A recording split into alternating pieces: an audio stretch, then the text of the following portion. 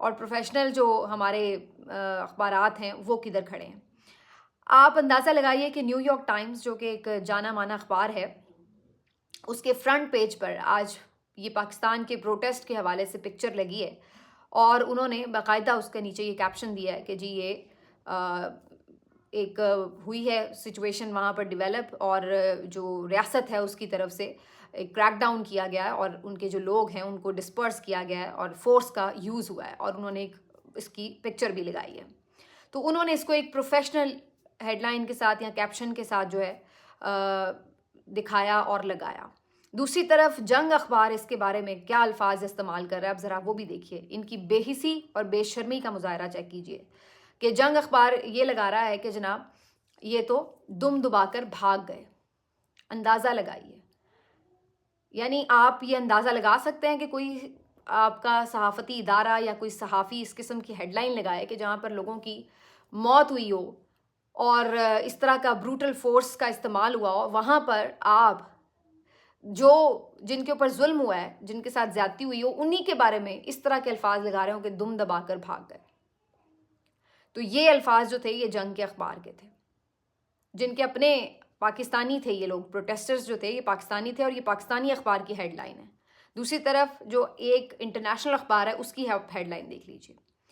پھر اس کے علاوہ یہ تو نیو یارک ٹائمز کی بات ہے. اب میں متعدد آپ کو چینلز کی بھی بات بتا دیتی ہوں. میں نے الجزیرہ کے جو رپورٹر ہیں ان کا ایک بیپر سنا، اور ان سے ان کے جب نیوز اینکر نے یہ کویشچن پوچھا کہ کیا وہاں پہ سچویشن رہی، تو انہوں نے بتایا کہ جو حکومت یہ دعویٰ کر رہی ہے کہ جی ان کے پاس ہتھیار تھے، تو ایسی کوئی صورتحال نظر نہیں آتی. ہم سارا وقت آن گراؤنڈ موجود تھے، اور پی ٹی آئی کے جو پروٹیسٹرز تھے وہ ان آرمڈ تھے، ان کے پاس کوئی ہتھیار نہیں تھے، اور نہ انہوں نے کوئی ایسا پرتشدد کام کیا.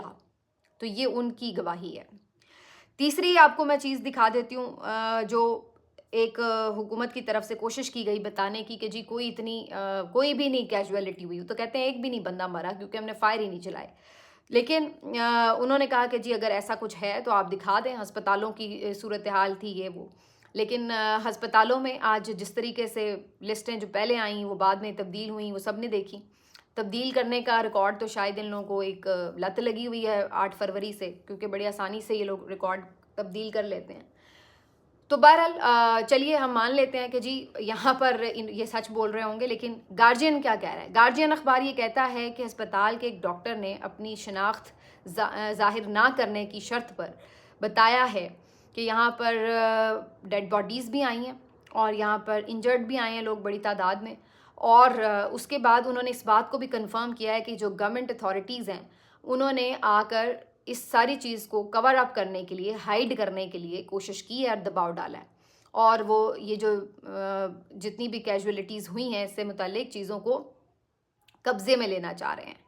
تو یہ گارجین اخبار لکھ رہا ہے، اور انہوں نے کہا ہے کہ کم از کم 17 افراد جو ہیں وہ اس سارے واقعے میں ہلاکتوں کی نظر ہو گئے ہیں. تو یہ گارجین اخبار کہہ رہا ہے. اس کے ساتھ ساتھ انڈین چینلز کی تو میں بات نہیں کرتی کہ وہ کیا رپورٹ کریں، کیونکہ اس کے بارے میں تو سب یہی کہیں گے کہ جی وہ تو ظاہر ہے ہمیشہ پاکستان کے مخالف اور پاکستان کے فورسز کے مخالف ہی بات کرتے ہیں، تو لہٰذا ان کو تو نہ بھی ہم ڈسکس کریں.